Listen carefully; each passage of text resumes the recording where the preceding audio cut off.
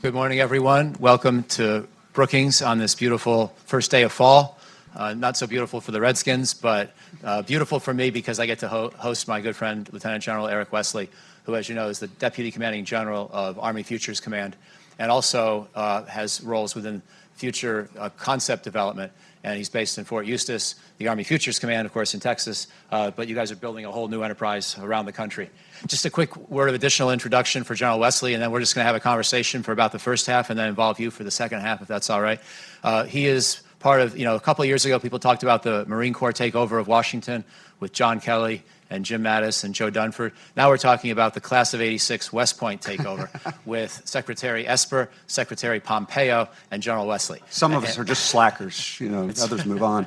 And so he finished his studies there at that time. He's had other studies and degrees, but he's also deployed quite frequently in operations or in combat, including to the Balkans in the 1990s, to Iraq for Operation Iraqi Freedom, and also to Afghanistan most recently on a couple of separate tours there. He's an Army officer by training, which means that he's been thinking about technology in the future of these big 70-ton behemoths that we call tanks and other such things that naturally come up in thinking about the Army and its future. So if you wouldn't mind joining me in welcoming General Wesley, please, to Brookings.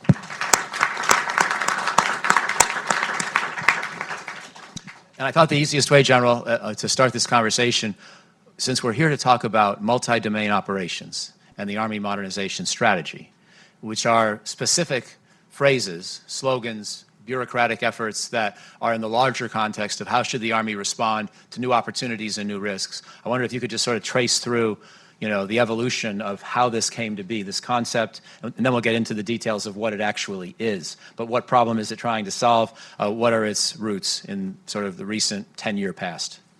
Yeah, I'm glad you opened with that, Michael. The idea of solving problems is what really drives the best innovation. You hear a lot of people talking about you need to be more innovative, but absent a problem to solve, rarely do you find the right innovation that you're looking for. So what problem are we trying to solve in the Army? You've heard recently a lot of talk about great power competition. The National Defense Strategy talks about the return of great power competition.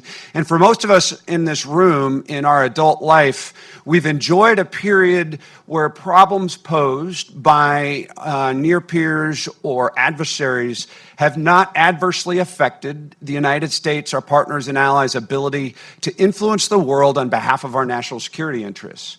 But we find that's changing. And so what has changed? I think that you've got a China that has experienced an unprecedented era of economic growth, the likes of which we've never experienced. On the Russia side, this idea of revanchism, to return to the era that they knew, where they had esteem and wanting to reestablish the near abroad. And then they've watched us over the 1991 and 2003, and they recognized that they had a problem. So there's three areas our adversaries have invested that have posed a problem for us. The first is we are challenged in all domains.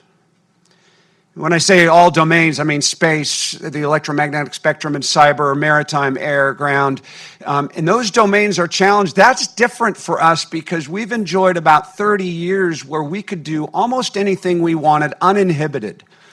And how you fight will change if those domains are challenged. If you have universal communications all the time, you're going to behave differently than if you don't have communications for extended periods. If you control the airspace at free will, you're going to behave differently than if you are vulnerable from the sky. All that is changing now. That's a tactical problem that we deal with. The second area where we find that our adversaries have invested is they've invested in multiple layers of standoff. I said they watched us in 91 and 2003, and I think what our adversaries have concluded is they want no part of close combat with the United States, our partners, and our allies. So what do? You invest in ways to keep the United States and their partners and allies away from their interests, which is no surprise that China has invested in islands in the South China Sea. It's no surprise that Russia has invested in integrated air defense and what we call anti-access aerial denial. And then the third area that we've got a problem is this idea of our adversaries having the ability to leverage the competition space to achieve their objectives left of conflict. You hear about gray zone activities, active measures, any number of ways you can describe it, but we're challenged by this notion because of our cultural roots. We don't find it attractive when the national security apparatus is spending time aggressively left of conflict because we don't believe we're a warfighting people in our DNA.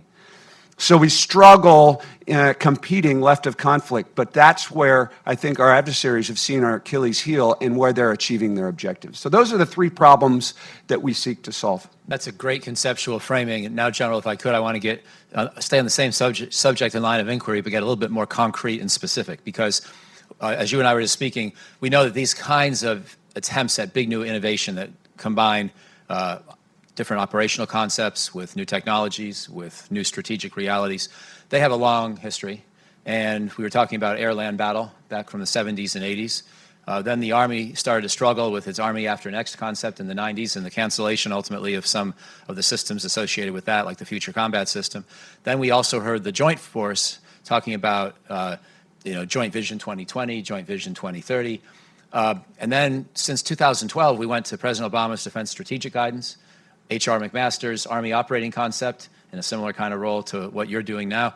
And then still in the Obama administration, the third offset that Secretary Work, General Selva, and others are associated with, which seems to have continued in some ways, but now there are some new names associated with that, which is natural in a political world.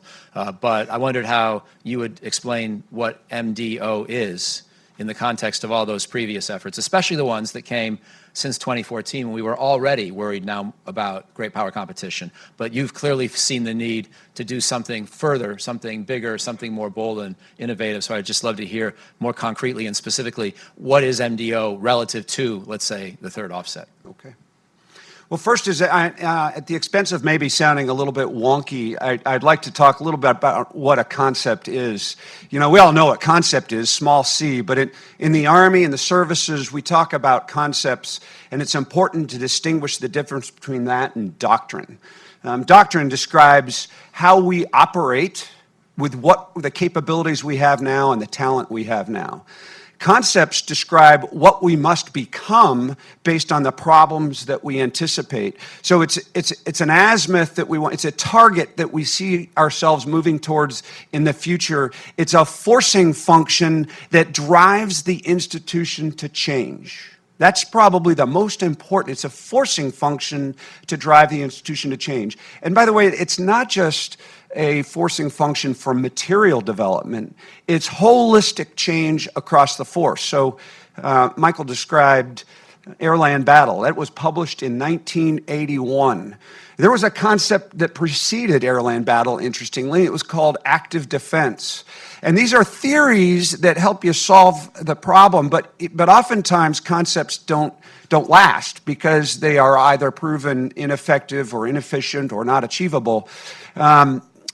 Initially, a good concept is infeasible now, but it drives you to invest in something. So when active defense was published in the 1970s, General Starry became the 5th Corps commander in Europe and found that it didn't solve the problem of the numbers that we would expect from the Soviets to come across the border in the Fulda Gap. So he came back to become the TRADOC commander here in the States, and he said, active defense doesn't work.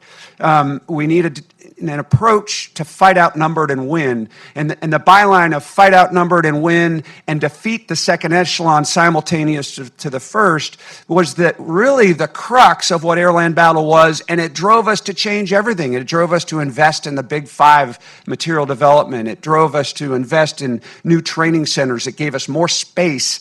It changed our professional military education. So it was a holistic modernization that ensued from the description of a concept. Thank you. I don't want to interrupt. You're about to go on? I would just say not all concepts come to fruition. So Force 21 in the 90s really wasn't a fundamental change. It described digitization. The 2014 document probably didn't go far enough because really we were coming to grips with a new era. My only point to finish would be we think multi-domain operations is akin to the relevance of Airland Battle 1981. So it is the most fundamental rewrite on how we will fight in the future and will drive our modernization into the years ahead. By the way, there are 3 seats up here if anybody wants to sit down, be our We'll guest. call on you Yeah, first. exactly. I wondered if you could, to the extent it's possible, for a concept, which, like you said, by definition is a little earlier and a little more conceptual, a little more intellectual, if you will, if you could still nonetheless point towards specific kinds of weapons or other technologies or concepts for specific tactics or operations that you see being boosted, facilitated by this effort. So, for example, we hear a lot of talk about hypersonic weapons these days. Maybe that's one of the, and I think Secretary Esper, when he was here at Brookings as Secretary of the Army, talked about that as a big concept. There are other such concepts as well, or other such technologies, specific, tangible, real things. Is there anything you would counsel us to take note of? Because I also see that the budgets still have modernization for the M1 tank and still have lots of the Big Five, helicopter programs in them. So how much has the Army already changed? Maybe it's unfair to ask if you're more of an R&D and conceptual place than a hardware developer, but what do you see, at least on the horizon, as exciting new technologies that then could be married up with new doctrines and really help us in future conflicts? So let's go back to the problem. Remember, I said one of the big problems is this multiple layers of standoff. Imagine if anybody's a boxing fan, you're fighting Evander Holyfield, who is renowned for his reach. And if you're going to fight Evander Holyfield, you need to do 2 things. You need to have a good stance, you need good posture, and you need to be able to penetrate that reach in order to make your strike. It's no surprise that the #1 material modernization requirement or program that we are pursuing relative to the problem I just described is long-range precision fires. So hypersonics is an example, the milligun as we affectionately call it, but the ability to reach out and touch at extended ranges.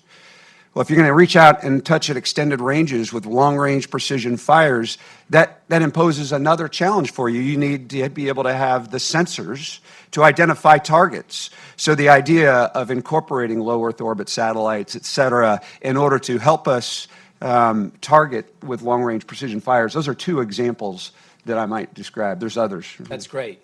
The Army has these 6 different bins of technology that it talks about in the MDO context, although I'm never quite sure how much they overlap. You just explained a couple of specifics. We also talk about the future of vertical lift, equipping the soldier, missile defense, cyber defense in the network. So I think I'm near the end of the big 6 with what you've already discussed. Thank you. Are there some areas where you're finding it's frustratingly slow going, where not so much you necessarily, but the broader state of R&D in the United States on advanced technologies is going to make it hard for, let's say, 2 or 3 or 4 of these 6 multi-dimensional or cross-functional teams and concepts, make it hard for a couple of them to progress the way you would like?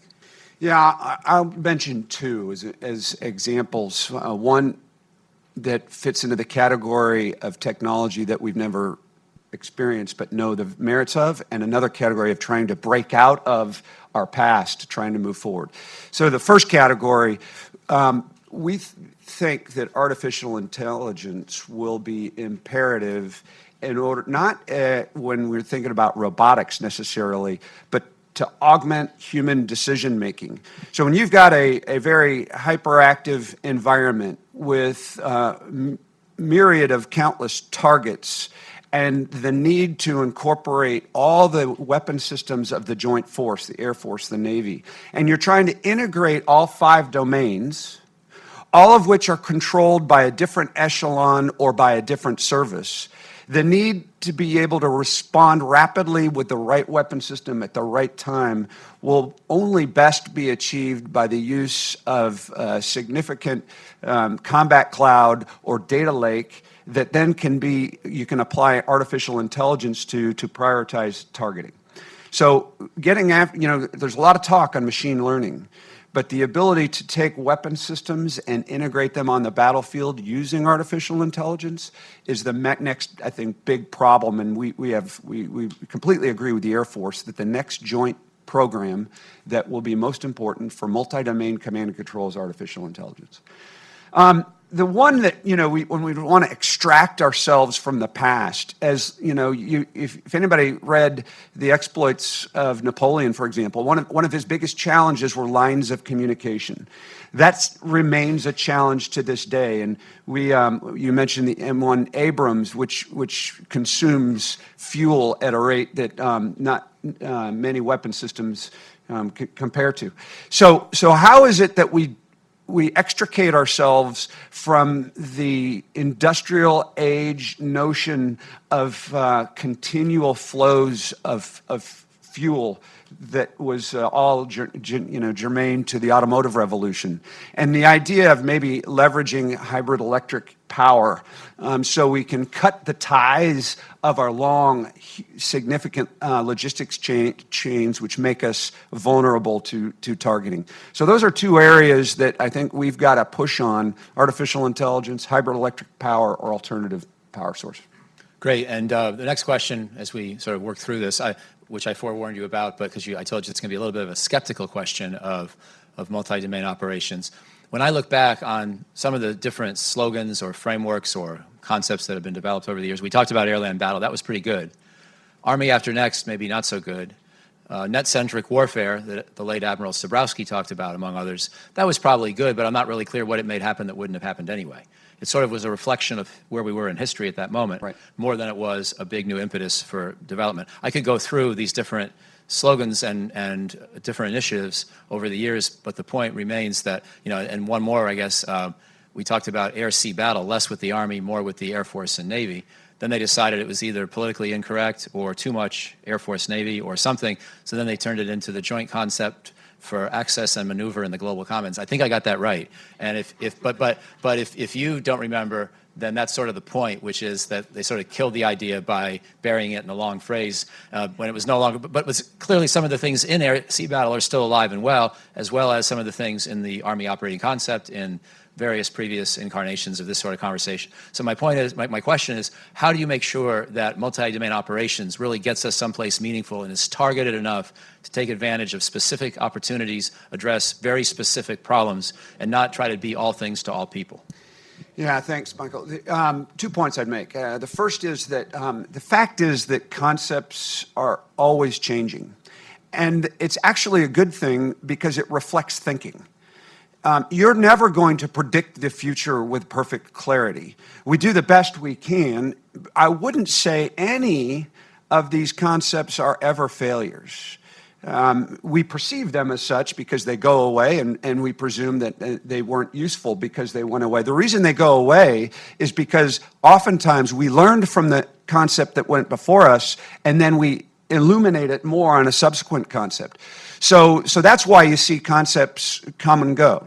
Now, some have significant traction, like we described with air-land battle. What makes this different? How do we know that this is not all things to all people? The first is, I think we've been very clear on some very tangible problems that must be solved, that absent solving them, we will see the influence of the United States, our partners and allies, wane in the ensuing years if we don't. So there is a serious problem that if we want to continue to be leaders on behalf of our ethics and way of life, we need to solve these problems. So, and they are not germane to the name, they're germane to the environment. And one of the benefits of MDO right now, it is aligned to the National Defense Strategy, which I think describes the world as it is. Some other concepts, we would develop ideas on behalf of capabilities that were unclear as to their utility. We know that what we describe in multi-domain operation, does anybody think there will be fewer domains in play on the battlefield in 2030? Does anybody believe that the extended range of weapons will get smaller in the ensuing years? So there's some pretty foundational aspects of the way we derived this that I think make these problems reside until they're solved. So getting near the end of my question, so please start loosening up and getting ready for your own. But I wanted to ask you to specifically preview for us, to the extent you can, the Army Modernization Strategy, which I think is forthcoming, and we built it up a little for this event. I know you wanted to talk about it, even if it's not yet, something you can completely unveil. But I think from what you've taught us about the difference between concepts, doctrines, strategies, I can begin to guess what your answer will be to this. But how is the Army Modernization Strategy going to relate to Futures Command and your work there and multi-domain operations specifically? It really gets down to modernization 101. How do you change an institution as large as the United States Army or even the Department of Defense? And so we did describe that, that the concept is a forcing function to change an institution. But absent a modernization strategy, which applies, which defines the ends you're trying to achieve, the means and the resources you're going to go after, absent a strategy that describes a pathway, a roadmap with decisions along the way and trades across the fight-up or the POM, absent that, then we're just hoping we get there. So any good institution that expects to modernize has to have an accompanying strategy with any concept that we arrive at. Otherwise, it's just a thought piece. The Army Modernization Strategy that senior leaders are finishing up and will soon release will be a document that will be the governing tool that the new Army Futures Command, that General Murray commands, uses to hold the enterprise accountable for their tasks over the course of the next several years. Because again, if you're not holding the institution accountable across the varied tasks that we will have to modernize the Army, then you're just hoping you're going to get there. Good. So more night court in the future for the Army. There will be more night courts, I'm sure. Even as we all salute and thank General Dunford and await General Milley as his successor next week, and I know a big day of transition at DoD. But since General Milley had something to do with some of what you're talking about, it may provide continuity, or we'll have to see, I guess, right? General Milley will be the chairman of the Joint Chiefs of Staff as opposed to the Army Chief of Staff. Sometimes people's perspectives change, but I have to assume that your overall feeling here is one of gratification with the former Army Secretary, now the Secretary of Defense. This probably will show up, some of the ideas you're talking about will probably show up in next year's budget proposal. One would hope. Yeah. Well, I think we'll go to the audience now, please. So I guess we'll start with one at a time and just wait for a microphone, if you could, and identify yourself. We'll come all the way to the front, or the second row. Sydney to start, and then we'll work around the room. Sydney's like Ellen at the White House, always gets the first question. Yeah. I decided to call on him before I actually saw who it was. Yes. But because he was so enthusiastic, I just saw the hand. But delighted to have your questions, as always. Sidney Friedberg, inevitable and slightly stalkerish deputy editor from Breaking Defense. The whole issue of the gray zone, this competition space, it's still, I still struggle, I'm probably not alone, to figure out what specifically the Army does there and what, the Joint Force does there and what, the vast and amorphous interagency does there. Are we talking about things, it seems like it can do everything from, debunking fake news, deep fake videos on social media to, special forces advising people in a country that's under assault by proxies. Is that indeed the spectrum of things? What is there? Where is the line drawn between the competition phase and actually now we're in conflict? Where is the line drawn between the Army's piece, the competition phase, and a civilian-led piece? By the way, if you want, before you answer, we have no rule here at Brookings against promoting our own book. So if you want to mention the Senkaku Paradox, my book, which tries to speak to won't this, mention but it. I wouldn't mention it. Right. That'd be a little rude. Okay.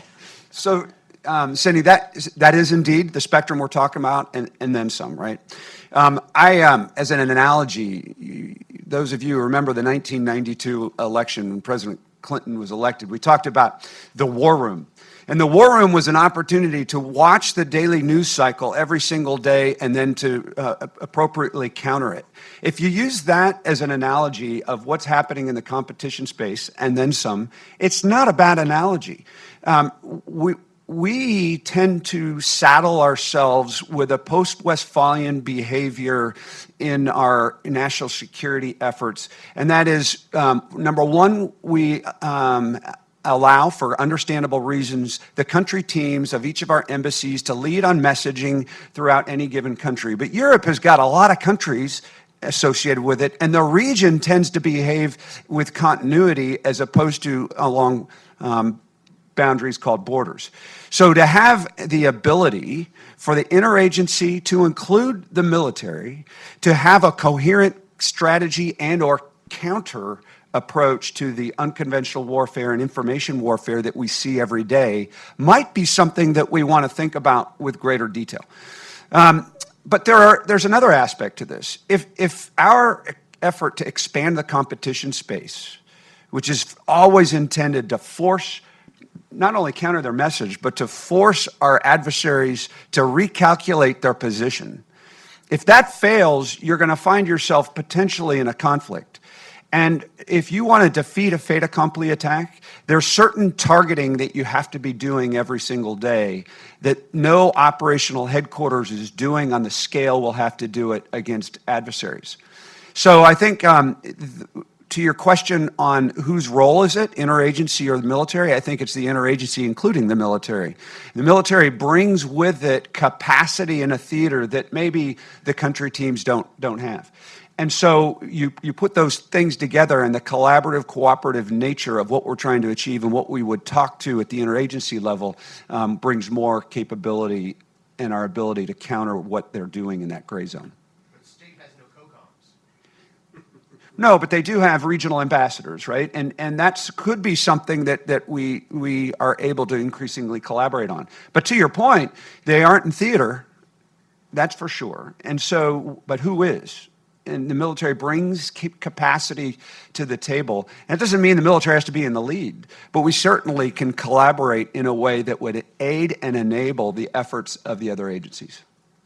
Does that mean we need either new structures, or we need to bring in people from Treasury and USTR and other places into the combatant command planning cells, or is there any kind of structural change in the government that could facilitate this? Yeah, we haven't proposed structural change to the government. It wouldn't be our role, but we have described what it takes to win. And if you aren't actively engaged in that space, the information space, the targeting space, the cyber space, on a daily basis, and there's a coherent command and control mechanism to do that, that organizes those messages, I think you struggle and you put yourself at a disadvantage. Great. We'll stay here in the front with Sandy, and then maybe we'll take two at a time this round, if you don't mind.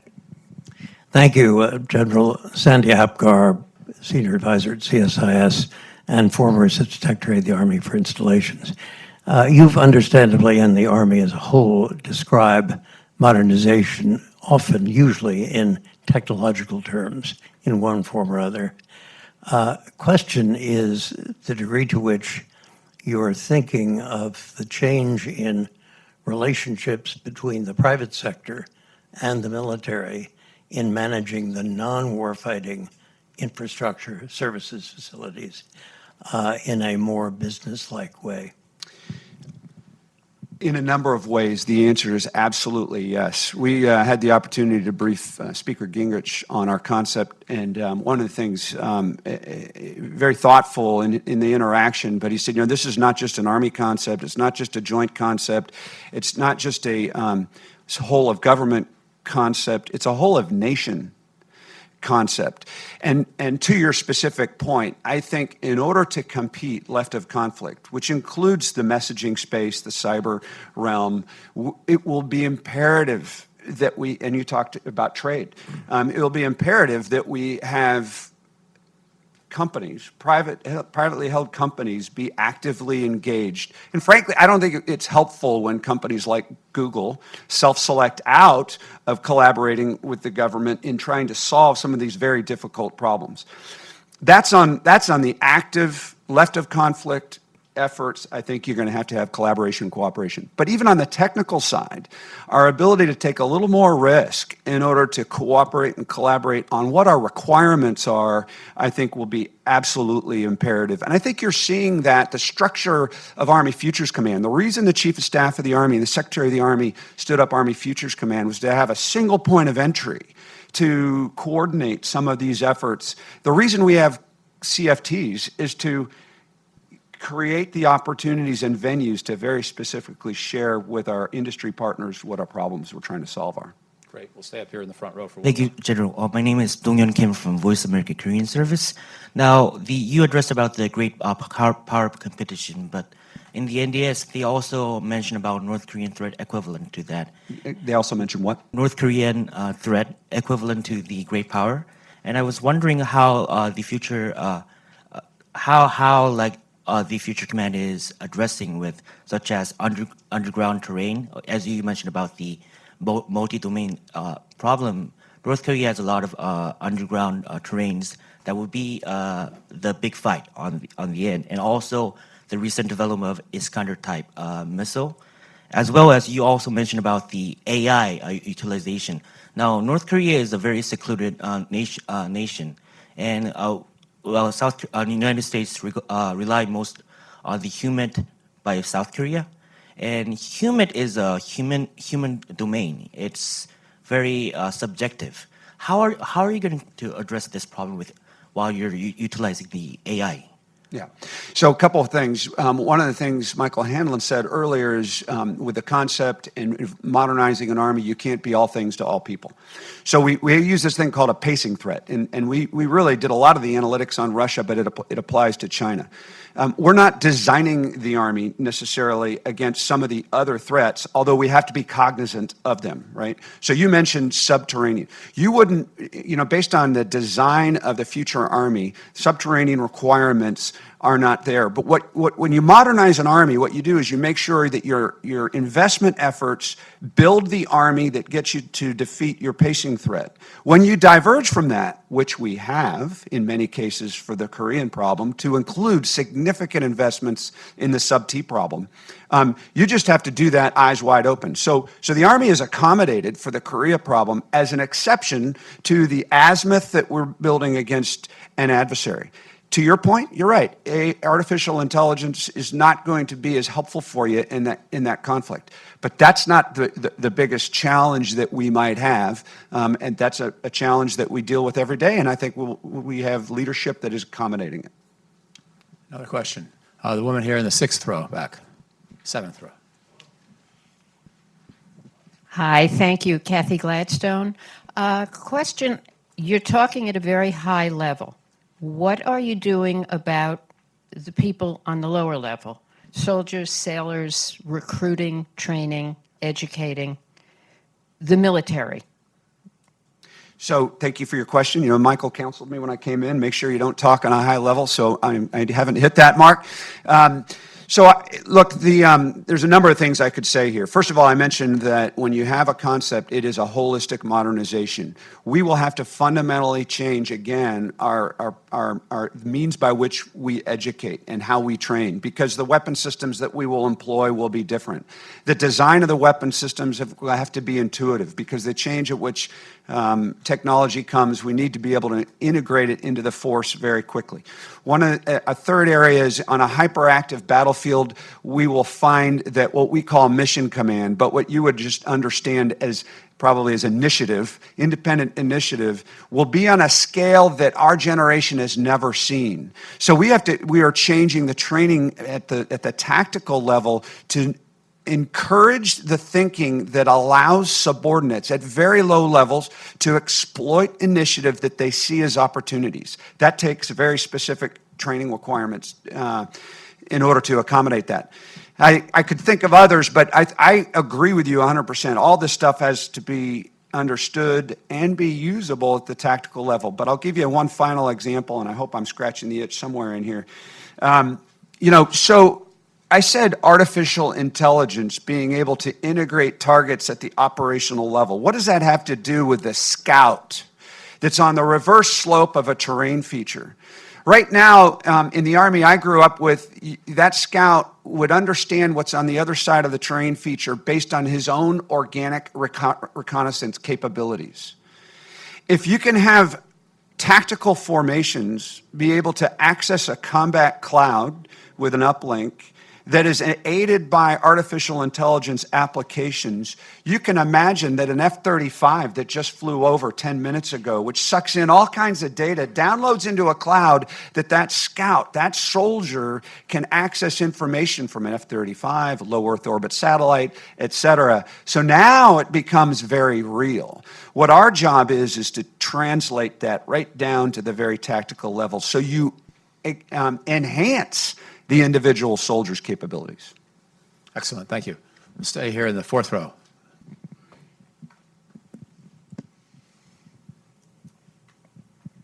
Good morning, Sharon Foster, Army National Guard. What are the impacts you see of modernization to the Guard and Reserves? What are some unique touch points that we should be focused on? Yeah, that's a very good question. A couple points I'd mention. The first is, I said that posture is important. There's 3 tenets of multi-domain operations. The first is calibrated force posture, and all calibrated force posture it's 4 things really. It's forward presence, permanent or otherwise. And if you imagine rotational, that will have implications for the Guard having to rotate forward in order to ensure we have the right resources forward. Second, it's expeditionary capacity. The degree to which you don't posture forward, you're going to have to get it to the fight very quickly. Third is this ability to access national assets, which I've already given some examples on. And then fourth is authorities to use those assets in the competition space and in the tactical space. Now, I want to share this with you, though. As we talk about forward posture, the National Defense Strategy talks about contact forces forward and blunt forces that come in very quickly. When we lay out the force package in Europe and the force package in Indo-PACOM, what we identify is there's a number of units that are right now resident in the Guard that we need in the contact layer. So one of the things that the Chief of Staff, I'm sure, will have to deal with in the ensuing years is to what degree will we have to cross-level, take some force out of the active force, put it in the Guard, take some out of the Guard and put it into the active force. That's something that will take years to analyze, but it has implications for the Guard. For example, bridging assets. Significant amount of bridging assets are in the Guard that if you are going to conduct a campaign in, say, Europe, you would need those assets much more quickly than we would have now. So I think that will be something that comes forward, but you can expect that the Guard will have to be available to be part of rotational forces, as they have for years now. And or second, we will have to collectively plan about potential cross-leveling over time. I want to add one more question of clarification while we're on this topic, and also with the question about the men and women of the military. If we're thinking about if we're thinking about how you can be effective in hitting a target that's several hundred miles away, how do you figure out the right technology and where to base it? Because we have big problems with that right now and trying to figure out, can we put them in Korea? Can we put missiles in Japan? It occurs to me that if you're using Russia as your pacing function, you may be sort of letting yourself off the hook from that question, because in Europe we have a lot of close-by allies. And the corollary to this is what are the roles for the other military services, the Air Force and Navy and Marine Corps, as you develop MDO? We had an event here 2 years ago with an Air Force general who was working on MDO. And I assume that's sort of your closest sister service on this particular initiative at this moment. But if you could speak to that, please. Yeah, a couple points I'll make on that. First is you pointed out that we have a significant number of partners and allies, part of NATO, et cetera, in the European continent. And maybe you're begging the question, well, what about Indo-PACOM theater? Well, you know, concepts have implications not just for material modernization, like I said, at training, but it also has implications for policy. It might orient and help orient our senior leaders on how would we want to better integrate in the Indo-PACOM theater. It might have implications for the Indo-PACOM commander. And so it gives us an azimuth, an orientation on where is the right place to put weapon systems of that capability just to secure waterways, for example. Great, thank you. So the woman in the gold shirt in the fifth row, please.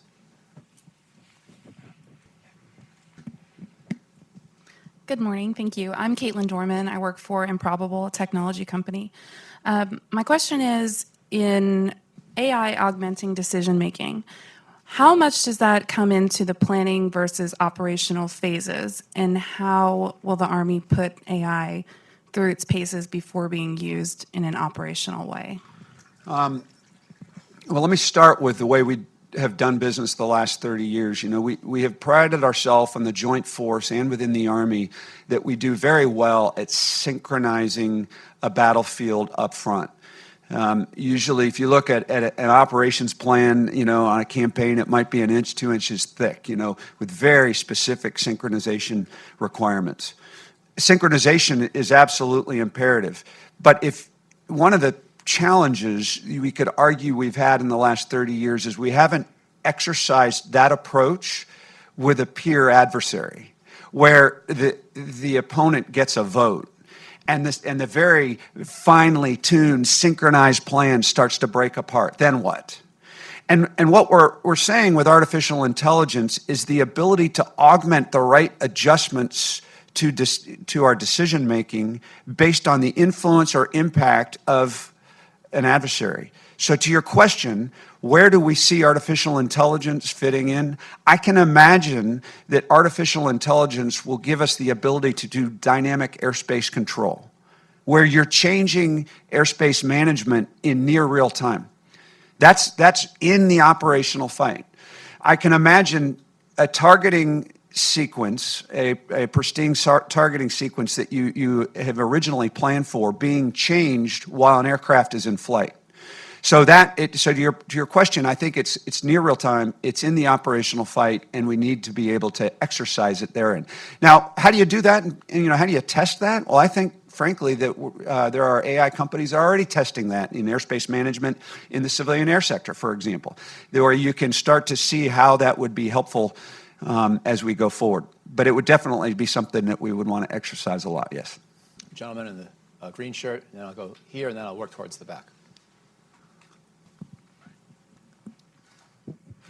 Hi, my name is Sang-bin. I'm working for the Radio Free Asia for Korean service. I have a question about the long-range precision fire. I remember you mentioned before the North Korean missile can be the reason why the U.S. Army developed a long-range precision fire. So can you tell me how relevant long-range precision fire to deal with a attack like a North Korean missile? I don't think it's germane to North Korea. As I said earlier, we looked at our pacing threat, and we're looking at both China and Russia on this problem. And you know, Iskander was mentioned earlier. These are capabilities that have only gotten better. And so we're not investing in long-range precision fires because of North Korea. We're investing in long-range precision fires because it's the problem that we have to solve as we go forward and we project into the future. So that's why I laid out the problem right up front, but I wouldn't say it's unique to the North Korea problem. Over here, please.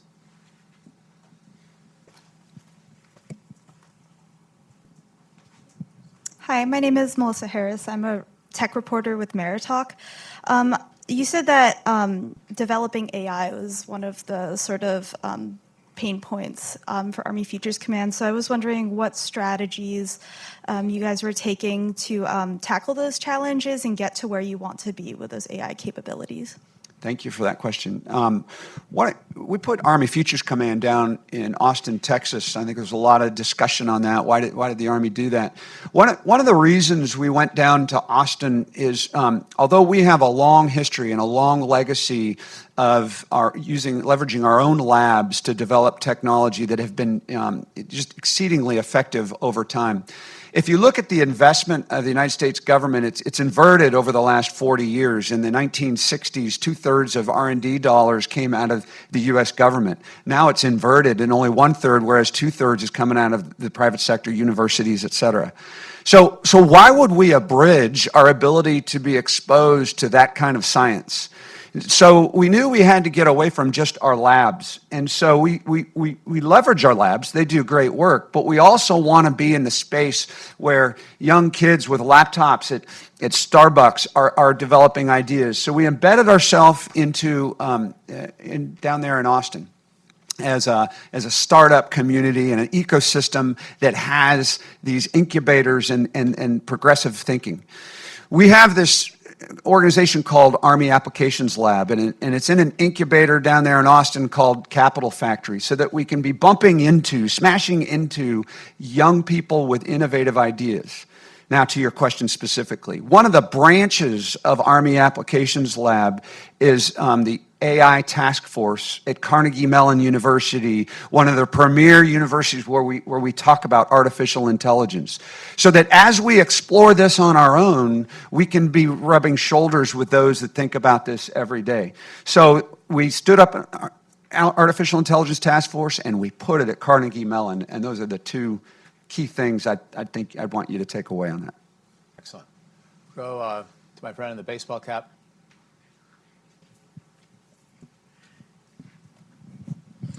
Hi, I'm Elliot Hurwitz, and I want to thank, I worked for the World Bank for 20 years, and I worked in the intelligence community. I want to thank both of you for a very good presentation. In the New York Times on September 10th, there was an article by the General Counsel of NSA, Glenn Gerstal, who said in his article, technology is about to upend our national security infrastructure. He further said, it is on an unprecedented scale and pace of technological change will outpace our ability to effectively adapt to it. And he ended by speaking about quantum computing and encryption. He was giving a lot of credit to foreign adversaries. I'd like to hear both of your comments on that, please. So I'm not a physicist, and I want to caveat that right up front, and I'm not as much even a technologist. I'm a warfighter and I'm a soldier, but we're cognizant, sir, of those things, and I think that is imperative. One of the things we talk about in the concept is that as a nation, this is why I said earlier that collaboration with industry will be imperative. The ability to harden, and that's probably not even a good term, because you're really going to not be able to hermetically seal the vulnerabilities of the United States. Rather, you would probably better to say constant vigilance to protect the homeland, and even that's a generic term. But we expect that we will be targeted immediately as we move out of our motor pools in the continental United States, that power grids and rail systems all will be vulnerable. So there was a story a few years ago, a guy named Mike Vitelli in Washington State. He was a subcontractor. He had a company with 15 people. You might have read about this story. And he was an excavator, nothing sophisticated. And he found that his website had been hacked. And the FBI paid a visit to him. And he said, why would anybody want to hack me? He goes, not only were you hacked, but you were likely hacked by the Russians. And old Mike Vitelli is in there outside Eugene, Oregon, saying, why is my 15-man company being hacked by the Russians? What they found was that he was the soft underbelly to a power company up in the Pacific Northwest, and that upwards of 70% of the power companies throughout the continental U.S. had been exposed in a similar way by virtue of that effort. Now, that's Mike Vitelli with a 15-man company. So when I say vigilance and harden, that's a whole of nation effort that we'll have to get after. And I think that's what the gentleman was talking about, and a clarion call that this is not something that is an Army problem. This is a national effort that we all will have to be involved in. I hope that answered the question, sir. That's great. I'm going to keep going to the back for a little bit. Let's see, we got, take these two right here. One in front of the other, maybe take them together and then come back to John Wesley. Hi, Matt Baynard, Defense Daily. I just have a quick two-parter on the updated modernization strategy. When do you expect that to be released? We've heard around mid-October. Do you expect that to be the case? And then on MDO, last fall, the 1.5 concept was detailed. So how far along is the Army towards MDO 2.0, and what kind of specifics are you working through in order to get to that point? You want to take that right now, or take one more? Go ahead. Gentlemen, yep. Thank you. Jake Sweely from the Elliott School of International Affairs. My question, sir, is does the scope of Futures Command include doctrinal aspects and structural changes to the Army as an organization, or is it mostly focused on technology, expecting those aspects of reform to come after? Thank you. I'll start at the first question and come to yours. On the aspect of when will the Army Modernization Strategy be released, I think Chief of Staff has been gone public and said that October is a good timeline, no later than the end of the year. So he's bracketed it, and all the senior leaders are reviewing it now, making some minor adjustments to it as we go forward.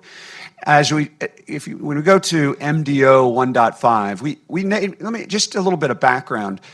As Michael Hanlon mentioned earlier, we published MDB, Multi-Domain Battle, with the Air Force about 2 years ago. We called that 1.0, and we always said to the Air Force that late in 2019 we would publish a 2.0. But in the interim, what the Army decided was, you know what, we don't want to wait to do that. We need, inside the Army, because we were so aggressively pursuing modernization, we needed that azimuth out there. So we published what is now called the Army and Multi-Domain Operations 2028, and again, nicknamed it 1.5. We don't want to presuppose what the other services will do. What we're saying in our document is this is what we think the Army has to do, leaving open-ended the plugs for the other services. 2.0 is not a new version of MDO. What we're describing 2.0 as the initiative with the services to create a joint concept.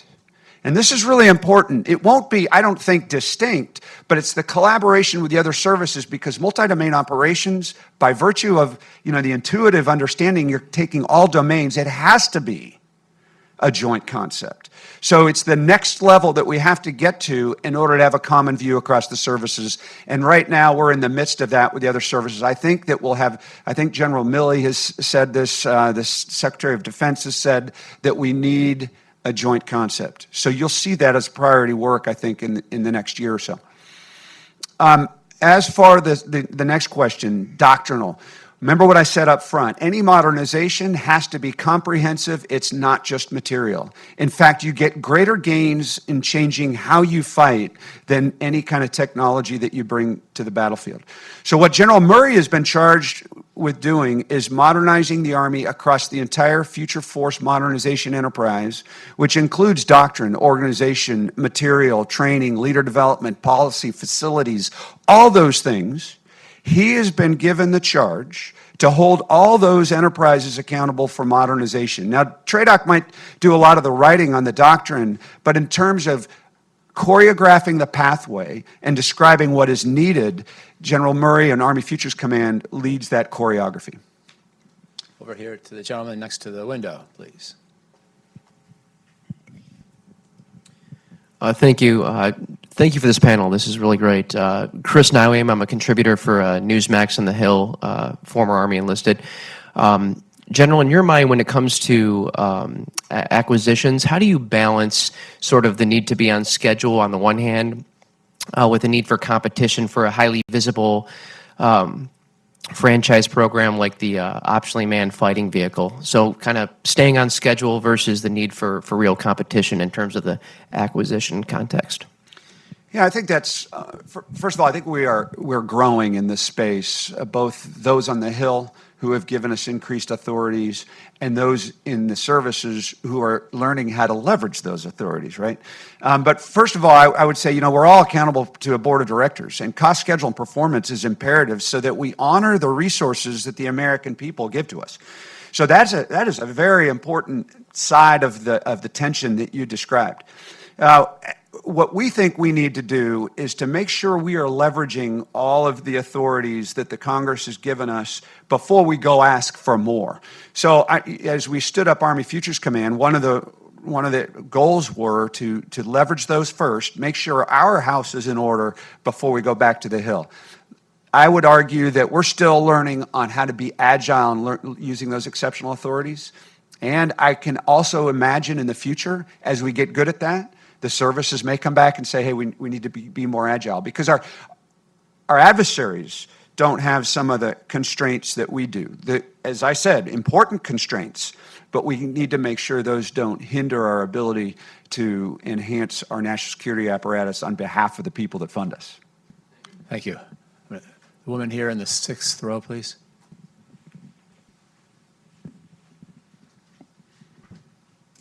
Thank you, General, for coming today. Greatly appreciate it. Lauren Mitchell, I'm an intelligence officer in the reserves and also coming from Recorded Future, a threat intelligence platform, and also servicing open source intelligence. My question, we've been really focusing on offensive strategy in the physical space, but I'd like to hear how you assess, the modernization strategy as far as defensive in the cyber realm, where our adversaries have actually been able to hit us at home, whether it be involving our election infrastructure and being able to hit us there, or just in the larger cyberspace as well. Thank you. Yeah, so I'm admittedly not an expert in the cyber realm, but I will say this. You mentioned that we've talked a lot about the offensive nature. I want to be clear on something. The United States, in our lens and our culture, we're in a strategic defense. We like the status quo because we want the ability to continue to thrive within the cultural and ethical norms that we hold dear, right? But what I described that seems offensive is the very aggressive nature with which you have to be in a defense. And the degree to which we demonstrate that we are very capable to defeat a fait accompli attack forces our adversary to recalculate any intentions they may have had such that you change their behavior, which by definition is a defensive action, right?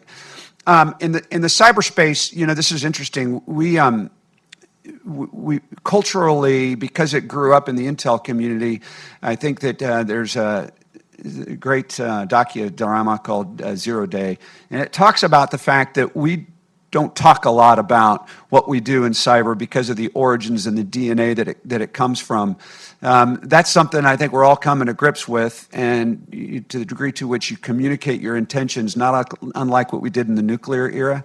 But I'm going to defer to Cyber Command and them to talk in the details on what's in the realm of possible. But it is one of the domains that will be fundamental. And it has to be incorporated at the operational level. And I believe that the authorities to leverage it will be necessary to move down to the tactical and operational level. We have time for one more.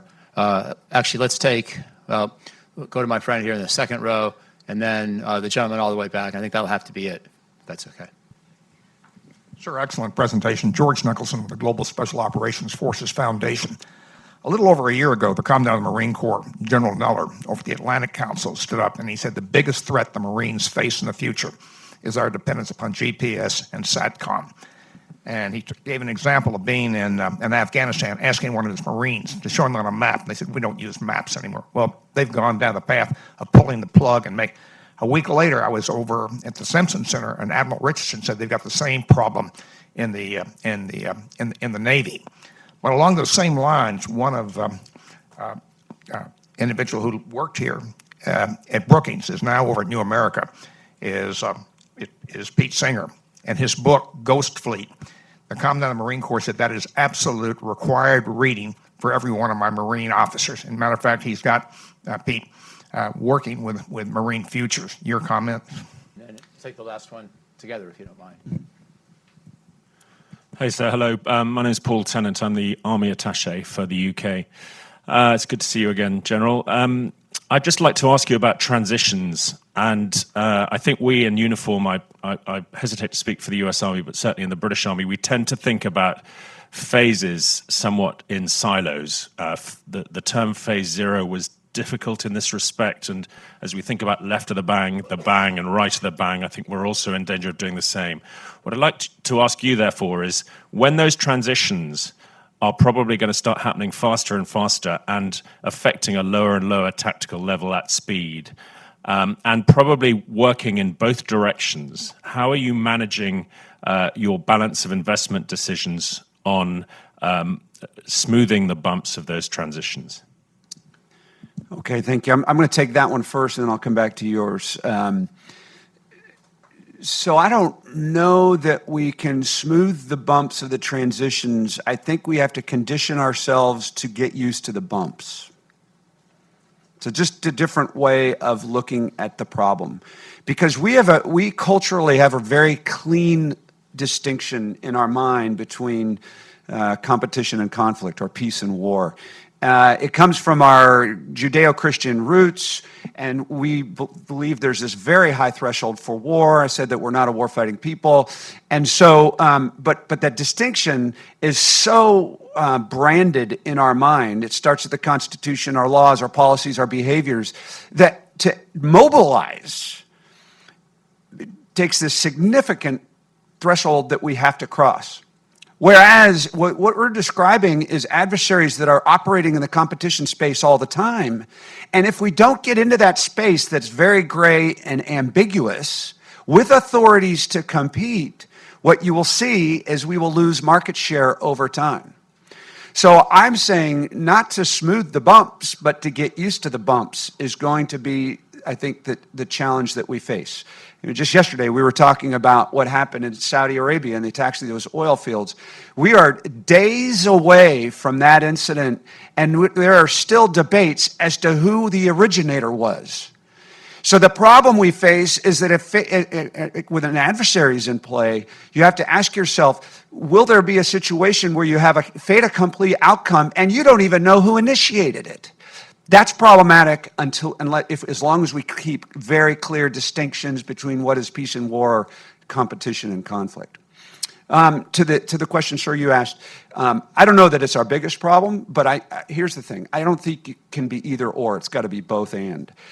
My son just graduated from basic training at Fort Leonard Wood. Thank you very much. I'm very happy about that. And I asked him, I said, did you learn how to use a compass? And he was very excited and proud that he was able to read a map and use a compass. But that doesn't mean at the same time that we abandon the great virtues of POSNav or GPS or all these things. So I believe it's a both and we don't have the luxury to avoid either of them. Thank you, General. Please join me in thanking General Wesley. Thanks for watching. Be sure to like and subscribe for more videos from Brookings.